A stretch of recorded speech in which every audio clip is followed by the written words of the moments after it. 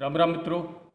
मैं बुद्धपाल सिंह ठाकुर विद्या भारती जनजाति क्षेत्र की शिक्षा का पूर्णकालिक कार्यकर्ता हूँ।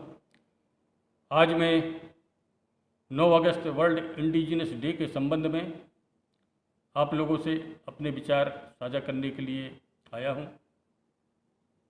हम सब लोगों को मालूम है कि 2014 के बाद से भारत के जनजाति क्षेत्र में विशेषकर छत्तीसगढ़, झारखंड, उड़ीसा और मध्य प्रदेश, गुजरात, राजस्थान, महाराष्ट्र, ये जो सेंट्रल इंडिया का बेल्ट है, यहाँ पर इस इंडिजिनस डे को बड़े धूमधाम से मनाने का क्रम शुरू हुआ है।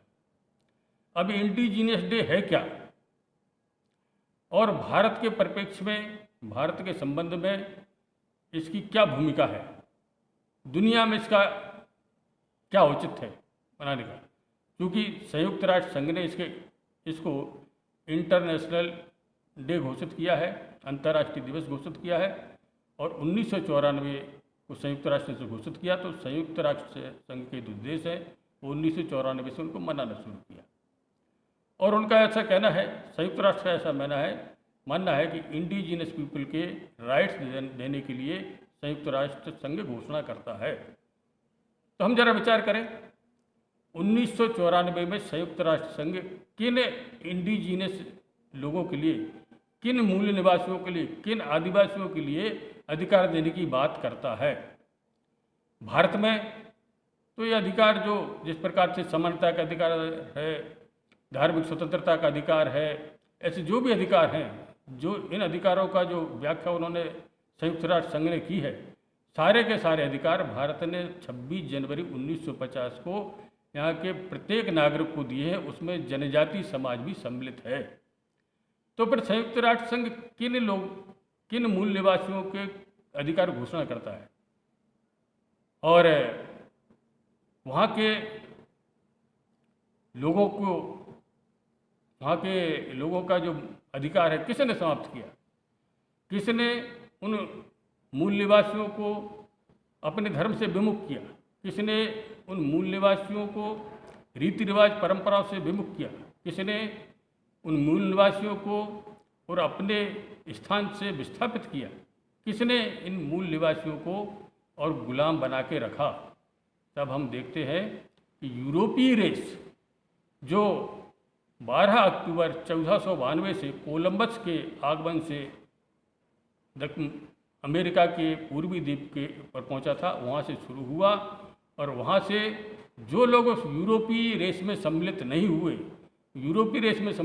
यानी जिन्होंने क्रिश्चियन धर्म नहीं अपनाया, उनको उन्होंने कत्लेआम कर दिया और ख़त्म कर दिया, डरा के धमका कर। और जो नहीं मान रहा था, तो वहाँ का जो मूल सनातन धर्म था, जो सनातन धर्मी लोग थे, और उन्होंने और उसका विरोध किया। जिन्होंने विरोध किया उनको एक ऐसे क्षेत्र में रख दिया गया कि वो अलग ही पहचान, और उनके गले में और काफ़ी लोहे के बल्ले डाल दिए गए, अलग पहचान बना दी गई कि इन्होंने और ये अपने धर्म को मानने वाले, सनातन धर्म को मानने वाले अलग से पहचाने जाएं और ये अपने आप में हीन भाव ग्रस्त करें।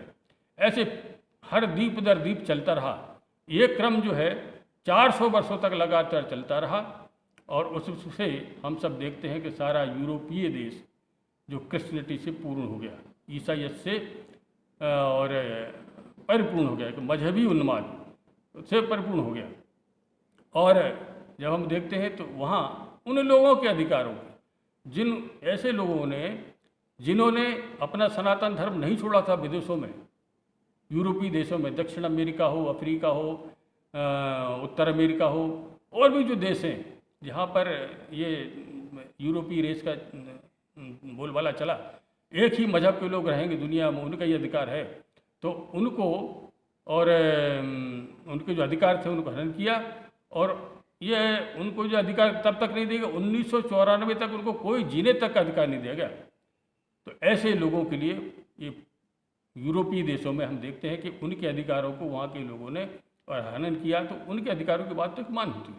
पर भारत के संबंध में, भारत में तो हमारा संविधान 26 जनवरी 1950 को लागू हुआ और सभी नागरिकों को समानता के अधिकार दिए गए। अभी इसलिए जब हम देखते हैं कि जो जनजाति बेल्ट है हमारा सेंट्रल इंडिया का, यहाँ पर अलग अलग संगठनों के नाम से और इस दिवस को मनाते हैं और लेकर रहेंगे अधिकार जय आदिवासी, यहाँ तक कि भारत माता की जय बोलने से भी परहेज करते हैं। तब हमको इनकी मानसिकता को समझना चाहिए, ये लोग क्या चाहते हैं। तो ये वही यूरोपीय रेस का सोच है जो ये चाहती है कि हम ये सनातन धर्मी लोग और इस दुनिया में नहीं रह सकते, हम ही रहेंगे। इसलिए जो इन संगठनों से जुड़े हुए लोग हैं वो कहते भी हैं कि आदिवासी हिंदू नहीं है। तो हिंदू धर्म से तोड़ना, देश की मूल जड़ों से तोड़ना, देश में अराजकता पैदा करना, ये विचार को लेकर, और मेरा तो ऐसा मानना है कि इसी विचार को लेकर और ये विश्व मूल निवासी दिवस, ये विविध संगठनों के लोग जो विशेषकर मिशनरियों द्वारा संचालित हैं सारे इस सेंट्रल इंडिया में, और वो इसको लगे हुए हैं। इसलिए हमको सावधान रहना चाहिए। सभी जनजाति युवकों से ये आग्रह करता हूँ कि इस बात को हमको गंभीरता से लेना चाहिए। हम इस देश के नागरिक हैं, हम अपनी प्रगति इस संविधान के अनुसार ही कर सकते हैं। संविधान के अनुसार ही इस देश के नागरिकों के साथ रहकर कर सकते हैं, अलग से नहीं कर सकते। इसलिए और संविधान हमको सब कुछ दिया है, ऐसा कुछ नहीं जो संविधान में हमको देने लायक नहीं हो, सब दिया हुआ। हमको मेहनत करने की ज़रूरत है, इसलिए हम मेहनत करें, आगे बढ़ें। पर इन जो षड्यंत्रकारी लोग हैं जो हमको आदिवासी के नाम से हिंदू समाज से, हिंदू सनातन संस्कृति से अलग कर रहे हैं, इनसे भी दूर रहना है।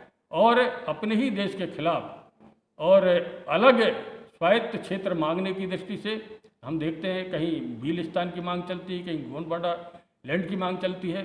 तो ये जो देश में अलग भूखंड की मांग को लेकर भी काम कर रहे हैं, तो इसलिए ये देशद्रोहिता का काम है। इसलिए हमको समझना होगा और इसलिए इनसे बचने की ज़रूरत है। और इस दिवस में हमारे लिए कोई बहुत गौरव की बात नहीं है, क्योंकि हमको तो संविधान ने पूरा अधिकार दिए। हाँ, जो आज जिन्होंने स्वतंत्रता संग्राम में हमारे देश में जिन्होंने काम किया है और वो हमारे गौरव हैं, इसलिए ऐसे गौरव को महापुरुषों के दिवस को हमको मनाना चाहिए।